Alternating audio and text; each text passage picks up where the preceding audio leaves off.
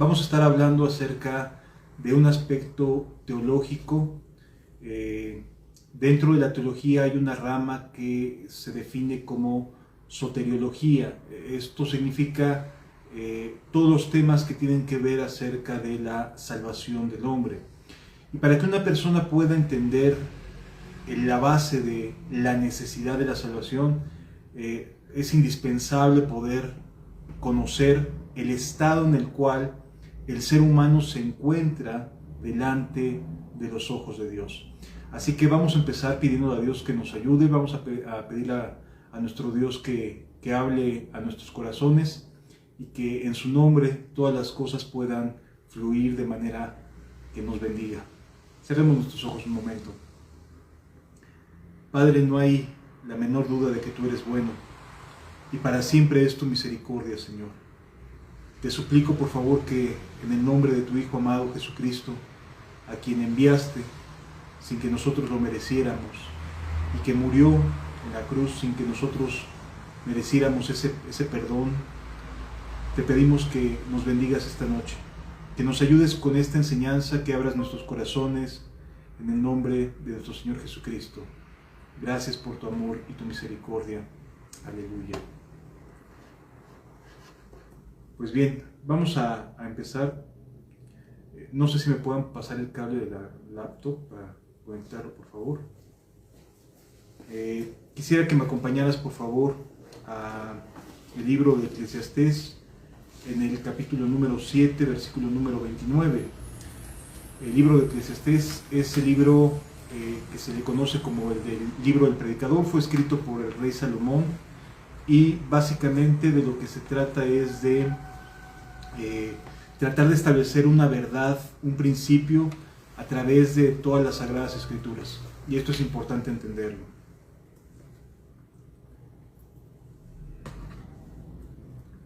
Dice la palabra de Dios, Eclesiastés capítulo 7, versículo 9. Se apagó. Bueno, vamos a continuar por los demás canales. Dice: he aquí, solamente esto he hallado, que Dios hizo al hombre recto, pero ellos buscaron muchas perversiones. Lo vuelvo a leer porque vamos a hablar acerca de un aspecto de gran importancia para la vida de todo cristiano, que es el aspecto de la responsabilidad del hombre delante de Dios, para que podamos comprender de qué manera Dios nos ve en la actualidad. Dice entonces la Escritura aquí en este pasaje, dice: he aquí, solamente esto he hallado. Que Dios hizo al hombre recto, pero ellos buscaron muchas perversiones. Amados, hemos escuchado desde que éramos niños acerca del bautismo infantil. Si ustedes se recordarán esta parte de la Escritura donde está el rey David hablando acerca de un estado de mucha necesidad, que dice en Salmos capítulo 51. Si me acompañan, vamos a leerlo, porque parecería que haya un contraste en ambas posturas. Salmos capítulo número 51. Está la oración del rey David y dice la Escritura en el versículo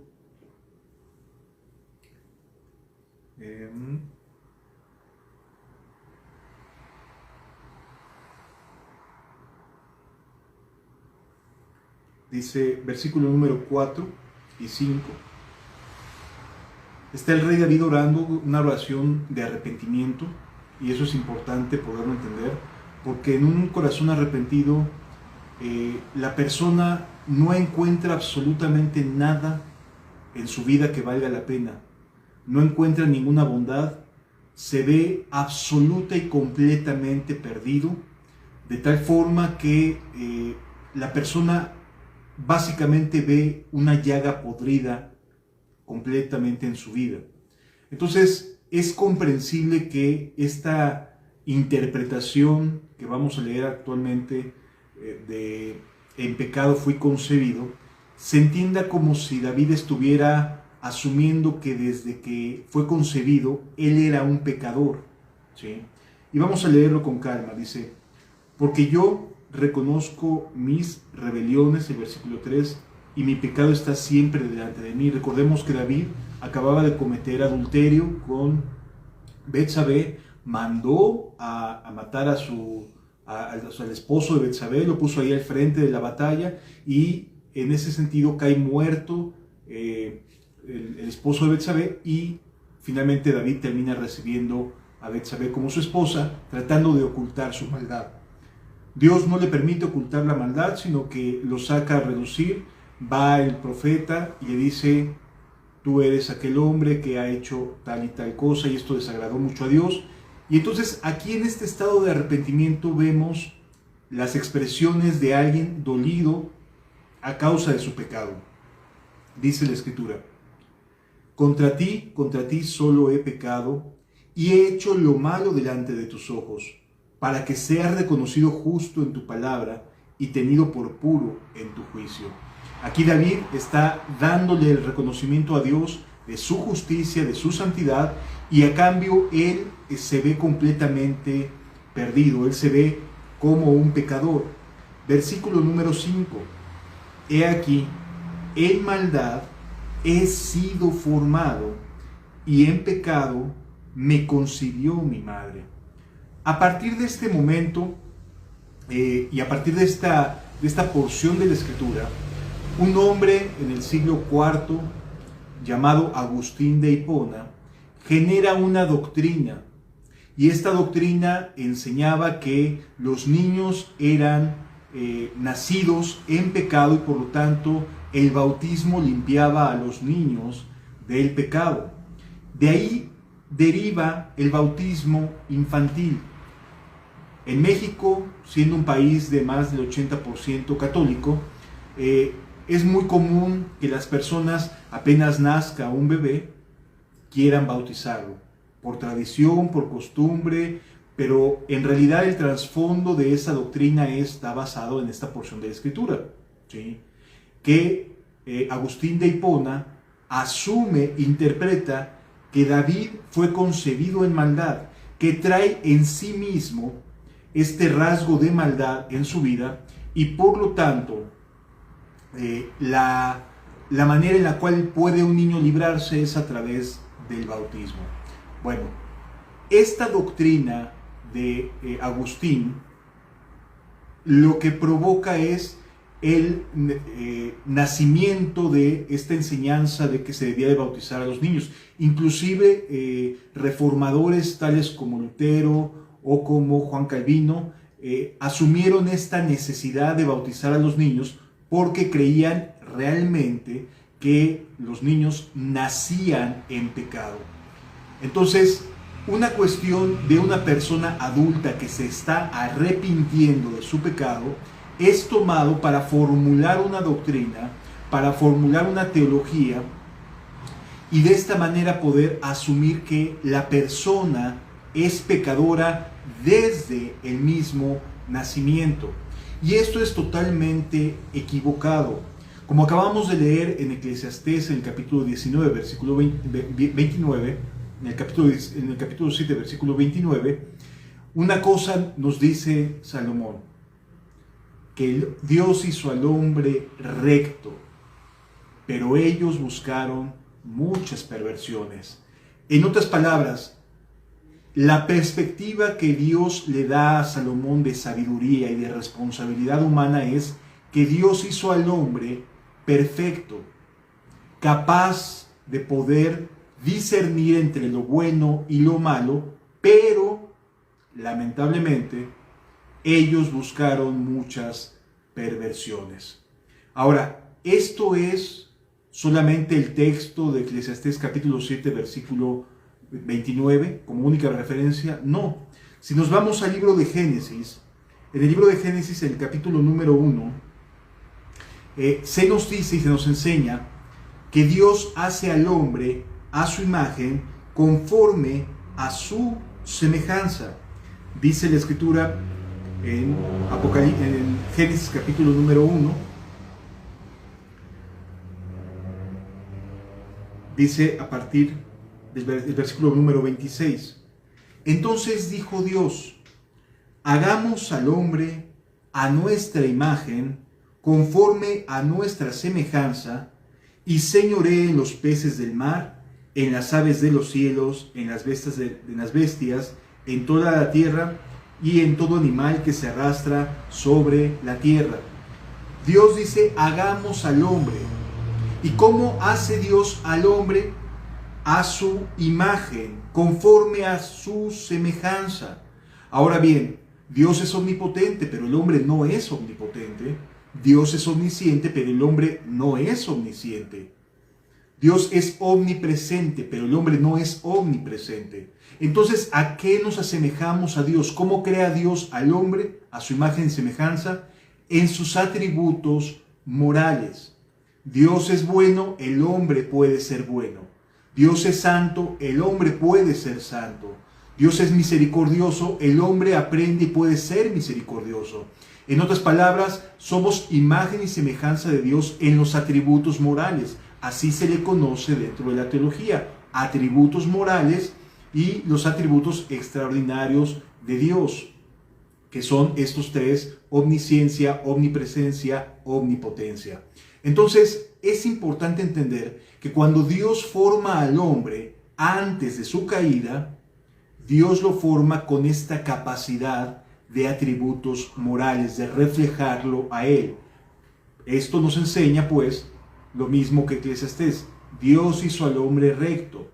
Ahora, vamos al capítulo 2 del libro de Génesis, cuando Dios le encomienda a Adán que podía labrar el huerto y que podía consumir de todo lo que Dios había creado en el huerto y lo había hecho nacer hermoso y agradable a la vista, pero le da una indicación que es muy importante que podamos entenderla. Dice en Génesis capítulo número 2, versículo número 15: tomó pues Jehová Dios al hombre y lo puso en el huerto del Edén para que lo labrara y lo guardase.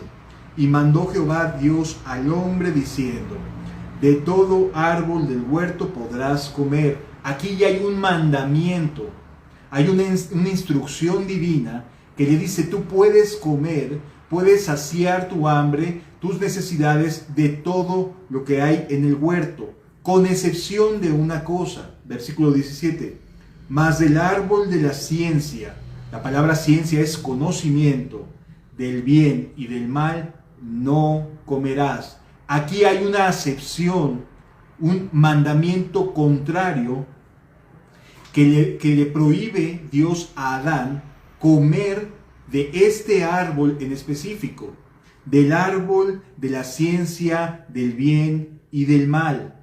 Ahora, esto no es nada más una cuestión metafórica.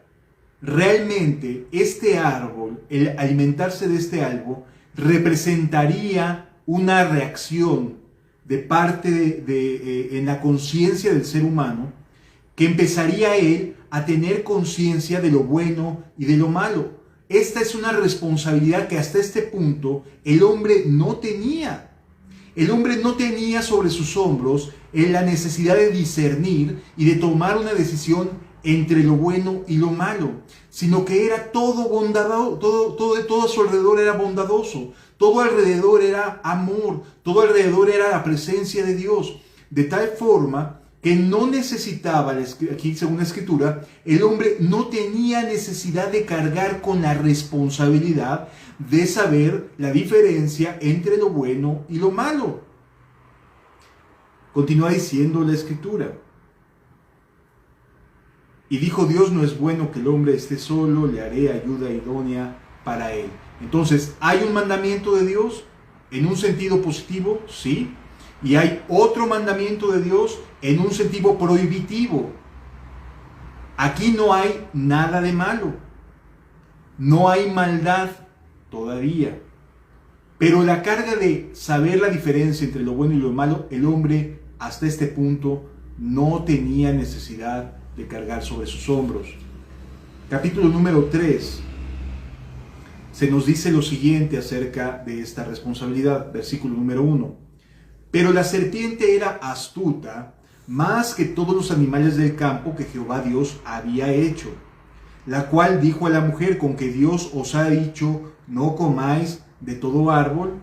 Y la mujer respondió a la serpiente, del fruto de los árboles del huerto podemos comer, pero del árbol que está en medio del huerto, dijo Dios, no comeréis de él, ni le tocaréis, para que no muráis. Aquí vemos que Adán, quien recibe este mandamiento, ya lo retransmitió a Eva.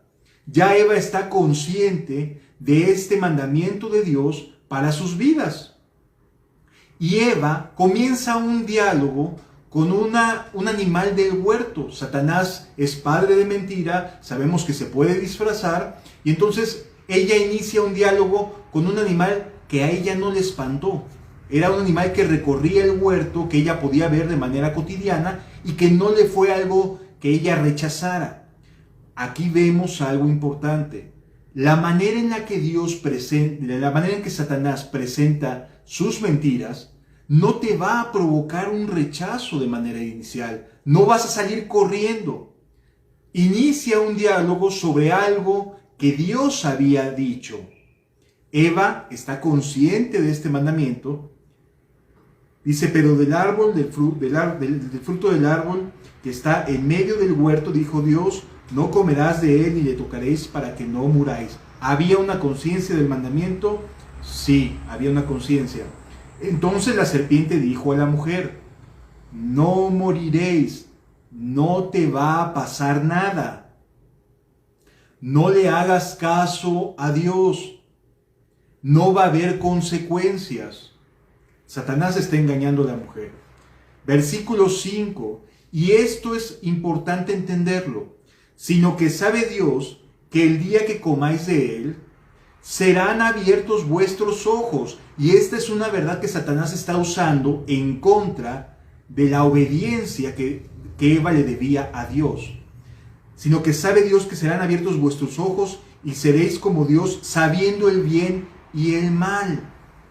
Había aquí una advertencia sobre la responsabilidad del hombre de discernir entre lo bueno y lo malo. Eva come del fruto, da a su marido, ambos pecan contra Dios y se abren sus ojos y cae sobre ellos la responsabilidad de saber entre lo bueno y lo malo. Entonces aquí no hubo una muerte de la conciencia, ni tampoco una muerte espiritual como algunos tratan de postular. No hay una muerte espiritual. Lo que aparece es la muerte física. Las personas a partir de este punto de desobediencia de Adán y Eva comienzan un proceso de deterioro físico que hasta el día de hoy pesa en los corazones cada vez que parte a la eternidad un ser amado. Pero no mueren espiritualmente. Es una falacia aquella doctrina que enseña que Adán y Eva mueren espiritualmente y entonces se degradan y entonces mueren, como dice Efesios, que estaban muertos en delitos y pecados. A ver, aquí vamos a entender que no mueren espiritualmente, sino que cae un peso sobre ellos y lo consiguiente que sucede es que la muerte hace su aparición. Sino que sabe Dios que el día que comáis de él serán abiertos vuestros ojos. Esa es una verdad. Lo que es una mentira es, y seréis como Dios, conociendo el bien y el mal. Esto ya es una mentira de parte del adversario, porque Dios sabe solamente hacer el bien. Por supuesto está consciente del mal, pero Dios jamás hace el mal.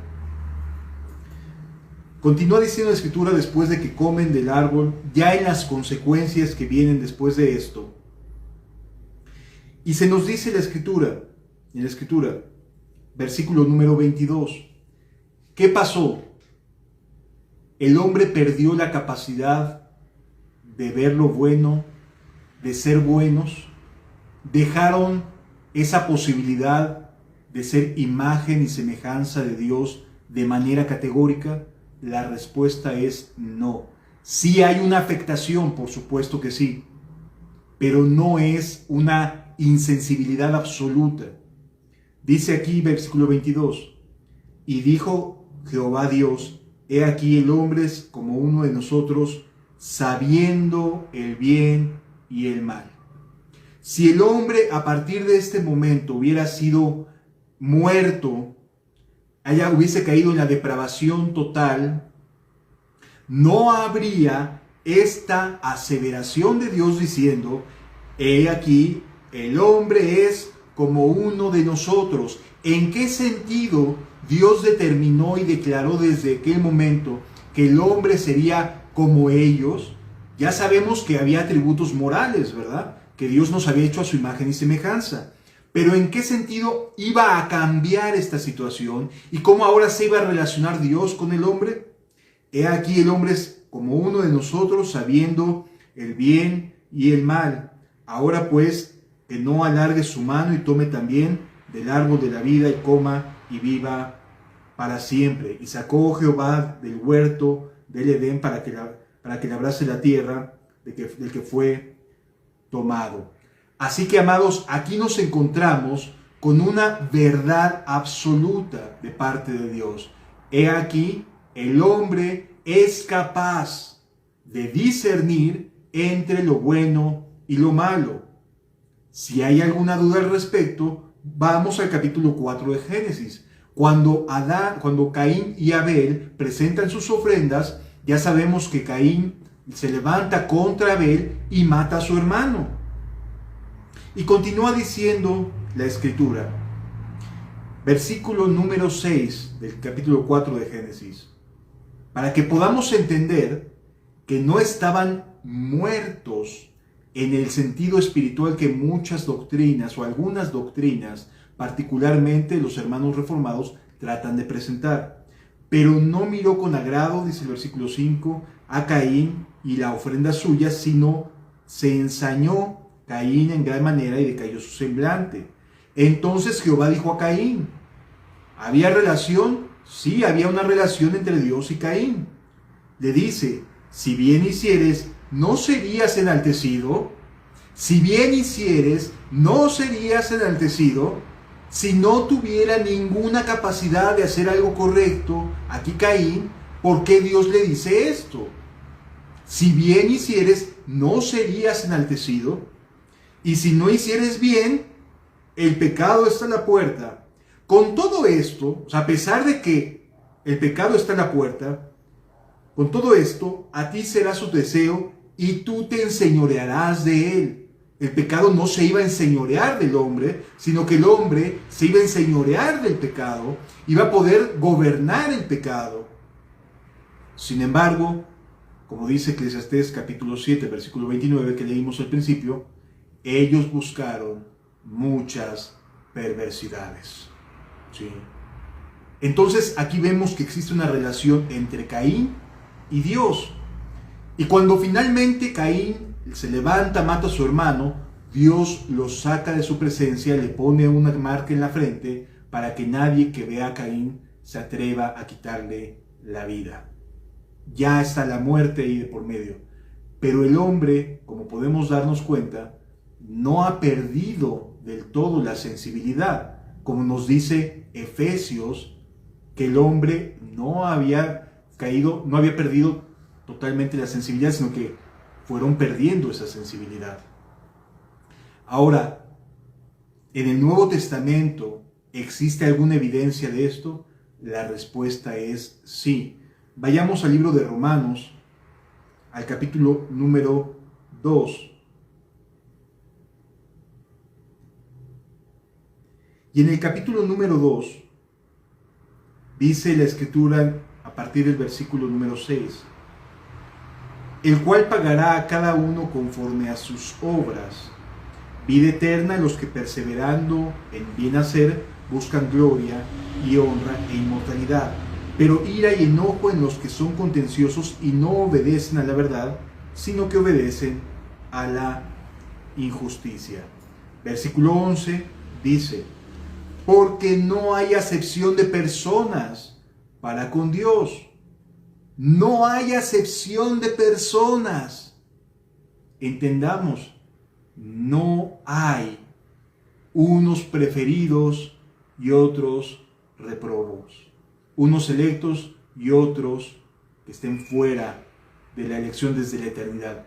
En Dios no hay acepción de personas. Versículo número 12. Porque todos los que sin ley han pecado. Muchas veces nos preguntamos, nosotros que vivimos en México y que tenemos pueblos indígenas, nativos, que no tenían el Evangelio de Jesucristo, nos hemos preguntado, bueno, ¿y ellos qué les pasó? Bueno, dice la Escritura, porque todos los que sin ley, sin la Biblia, han pecado, sin ley, sin ese peso, sin esa responsabilidad, también perecerán. Y todos los que bajo la ley han pecado, por la ley serán juzgados. Pero cuando los gentiles que no tienen ley, no tienen conocimiento bíblico, hacen por naturaleza, ojo con esto, hacen por naturaleza, Dios hizo al hombre recto, pero ellos buscaron muchas perversiones. Porque cuando los gentiles que no tienen ley hacen por naturaleza lo que es de la ley, aunque no tengan ley, son ley para sí mismos. Qué importante es poder entender estas verdades, amados. A diferencia de lo que se cree en muchos sentidos, gracias a Agustín de Hipona, sobre que se nace en pecado, acerca del pecado original, que no es otra cosa sino una versión del filósofo griego Platón. Aquí vemos que la Escritura lo que hace es decirnos, porque cuando los gentiles que no tienen ley hacen por naturaleza lo que es de la ley, estos que hacen por naturaleza lo que es de la ley, aunque no tengan ley, son ley para sí mismos. Y luego mire lo que dice el versículo 15. Mostrando la obra de la ley escrita, ¿dónde? En sus corazones. En sus corazones. Dando testimonio, ¿en dónde? En su conciencia. Y acusándoles o defendiéndoles, ¿qué cosa? Sus razonamientos.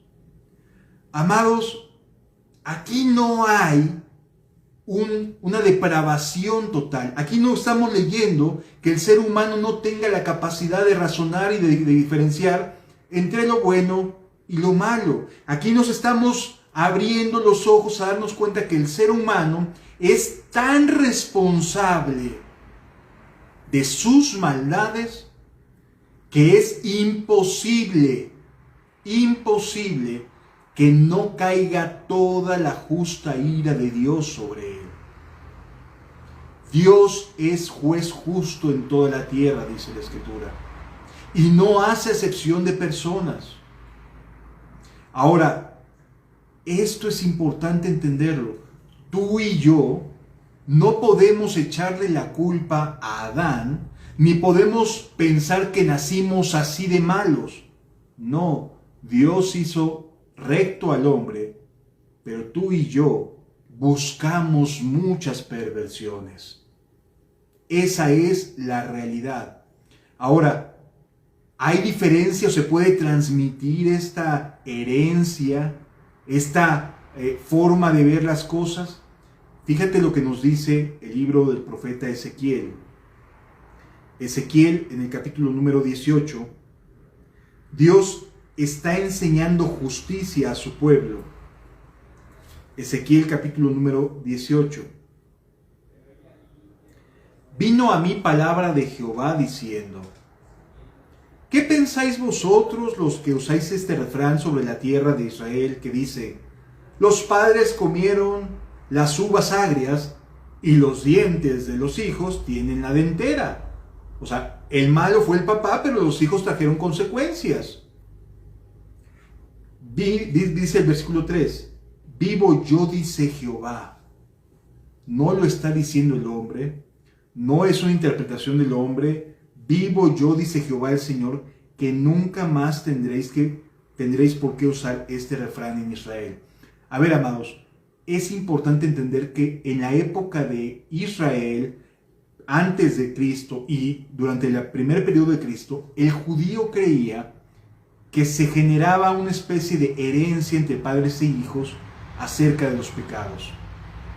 Algo así como lo que creía Agustín de Hipona, también lo creían los judíos. ¿Te acuerdas que en el Evangelio de Juan capítulo 9 Dios sana a un a un ciego? Y le preguntan sus discípulos: Señor, ¿quién pecó? ¿Este o sus padres para que naciera ciego? Y Jesús le responde que no pecaron ni él ni sus padres, sino que nació ciego para que las obras de Dios fueran conocidas. Entonces, aquí no se trata de transmisión, ¿sí? Fíjate lo que dice versículo 3. Vivo yo, dice Jehová, el Señor, que nunca más tendréis por qué usar este refrán en Israel. Versículo 4. He aquí todas las almas son mías. Como el alma del Padre, así que el alma del Hijo es mía. ¿Y cuál es el decreto de Dios? El alma que pecare, esa morirá. Y el hombre que fuere justo e hiciere según el derecho y la justicia, que no comiere sobre los montes, ni alzare sus ojos a los ídolos de la casa de Israel, ni violare la mujer de su prójimo, ni se llegara a la mujer menstruosa, ni oprimiere a ninguno, que al deudor devolviere su prenda, que no me cometiere robo, y que diere de su pan al hambriento, y cubriere al desnudo con vestido, que no prestare a interés, ni tomare usura, que de la maldad retrajere su mano, e hiciere juicio verdadero entre hombre y hombre, en mis ordenanzas caminar y guardar en mis decretos para hacer rectamente, este es justo, este vivirá, dice Jehová el Señor. Amados, Dios hizo al hombre con la capacidad de ser recto, pero ellos buscaron muchas perversiones. Importante poder concebir y entender esto. Tu maldad es tuya, no es de nadie más. Lo que tú haces, lo que yo hago, somos responsables de manera absoluta. No hay por qué echar la culpa a nadie más. El ser humano es responsable. Vamos unos textos más adelante. Dice la Escritura, versículo 23. ¿Quiero yo la muerte del impío? Para aquellos que piensan que Dios sí ha determinado desde antes de la existencia del mundo un grupo de personas para el infierno, dice la Escritura, ¿quiero yo la muerte del impío? Dice Jehová, ¿no vivirá si se apartare de sus caminos?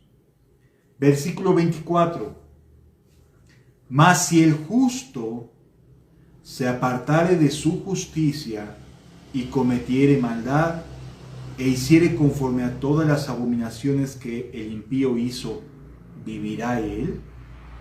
Ninguna de las justicias que hizo le serán tenidas en cuenta, por su rebelión con que prevaricó y por el pecado que cometió, por ello morirá. Sencillo. Y si dijeres, no es recto el camino del Señor, oíd ahora, casa de Israel, ¿no es recto mi camino? ¿No son vuestros caminos torcidos? el hombre es el que se está desviando. El hombre es el que está queriendo interpretar que David fue concebido en maldad para que así se sienta un poco más aligerada su responsabilidad. Que la maldad sea que siempre hemos sido malos. Pues sí, me tengo que arrepentir de mi maldad porque siempre hemos sido malos. Así lo interpretan algunos postulados teológicos. Pero a mí la Escritura me enseña que todavía soy más perverso y más malvado porque teniendo la posibilidad de caminar con Dios, de buscarlo sinceramente, busqué muchas perversiones. Es más responsable, cae más el peso de responsabilidad sobre el hombre cuando éste se asume total y absolutamente pecador, que cuando puede culpar a las herencias que vienen detrás. No, amado, no nos equivoquemos.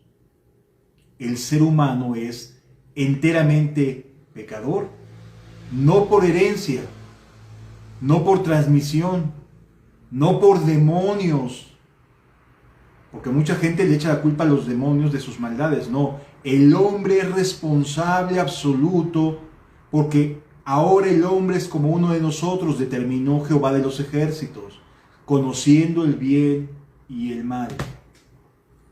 Apartándose el justo de su justicia y haciendo iniquidad, él morirá por ello, por la iniquidad que hizo, morirá. Versículo 27. Y apartándose el impío de su impiedad que hizo, y haciendo según el derecho y la justicia, hará vivir su alma. Porque miró todas sus transgresiones que había cometido, de cierto, porque miró y se apartó de todas las transgresiones que había cometido, de cierto vivirá, no morirá. Este es lo determinado, la sentencia que Dios ha dado. Entonces, versículo 32 termina diciendo, porque no quiero la muerte del que muere. No es la voluntad de Dios que el mundo se pierda, porque no quiero la muerte del que muere, dice Jehová el Señor.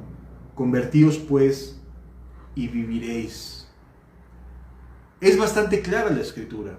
El hombre es responsable de lo bueno y de lo malo. Así que, amados, necesitamos sí o sí comprender que la responsabilidad es del hombre y que el pecado no se evapora después de la salvación, no se va. El pecado sigue teniendo sus efectos sobre la vida del cristiano, del creyente. Amados, Satanás fue echado fuera del cielo por el pecado que cometió de rebelión, y todos los ángeles también que acompañaron esta maldad fueron echados del cielo. Adán y Eva, que estaban en el paraíso, fueron echados fuera a causa de su pecado. El pecado es algo abominable y el creyente, el verdaderamente cristiano, no puede estar coqueteando con el pecado, no puede estar buscando tener un pie en el mundo y el otro pie en la vida cristiana. Necesitamos entender de manera clara, tú eres responsable, yo soy responsable de cómo estamos delante de los ojos de Dios. Por favor, hagámonos responsables. Dejemos de estar echando culpas a generaciones pasadas. Si no nos hacemos responsables cada uno de nosotros de nuestras acciones, no podremos arrepentirnos genuinamente. Porque el arrepentimiento proviene de una tristeza a causa de la convicción del estado del alma del pecador. Pero si el pecador ve hacia atrás y le echa la culpa al papá o a la mamá, si el pecador dice pues así nací, entonces ¿cómo se puede arrepentir a alguien que comparte la responsabilidad de sus maldades? No se puede, amados. Así que este tema es teológicamente importante, tanto para nosotros como para enseñarlo.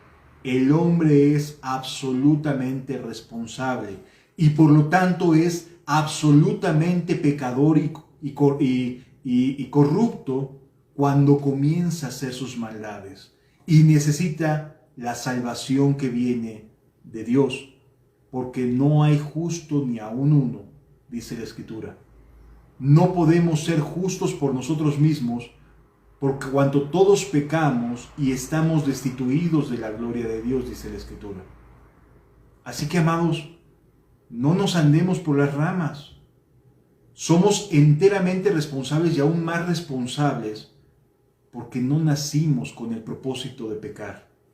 Dios, en su infinita misericordia, hizo recto al hombre, pero él halló muchas formas de perversión. Mucho cuidado con doctrinas que quieren compartir la responsabilidad. De nada nos sirve, amados. Doctrinalmente, una persona que puede entrar por la puerta estrecha es aquella que en verdad está completamente convencido del estado de su alma. No hay otra forma de ser salvados, sino viéndonos como totalmente pecadores. Y más aún, sabiendo que fuimos creados imagen y semejanza de Dios y decidimos optar por lo malo en lugar de seguir a Dios. Amados, que esta enseñanza quede guardada en el corazón de cada uno de nosotros. La teología que enseña que el hombre es pecador desde que nace es una teología que se basa en apenas un texto bíblico de un hombre que se está arrepintiendo de todo corazón y que se ha enseñado generación tras generación y que generación tras generación contempla las tradiciones, pero no es bíblica. Lo bíblico es asumir la culpa de nuestras maldades, hacernos responsables de que pudiendo servir a Dios optamos por no hacerlo, entregándonos a la maldad. Y el capítulo 2 de Romanos nos narra claramente esto, defendiéndoles o acusándoles sus razonamientos. Vamos a darle gracias a Dios y pedirle que nos ayude a guardar esto en nuestros corazones. Padre, gracias por tu palabra. Gracias porque nos enseñas desde dónde partir. Señor, sé que tienes grandes planes para cada uno de nosotros, que tus propósitos son maravillosos, que quieres que reflejemos tu gloria, Señor. Pero, Padre, necesitamos hacernos responsables, cada uno de nosotros, de lo que hemos decidido. Te ruego, por favor, en el nombre de Jesús, que toques nuestras vidas y que nos ayudes. Que esto quede guardado en el corazón para tu gloria y tu honra. Gracias, Señor, por darnos la salvación en el nombre de Jesús. Amén.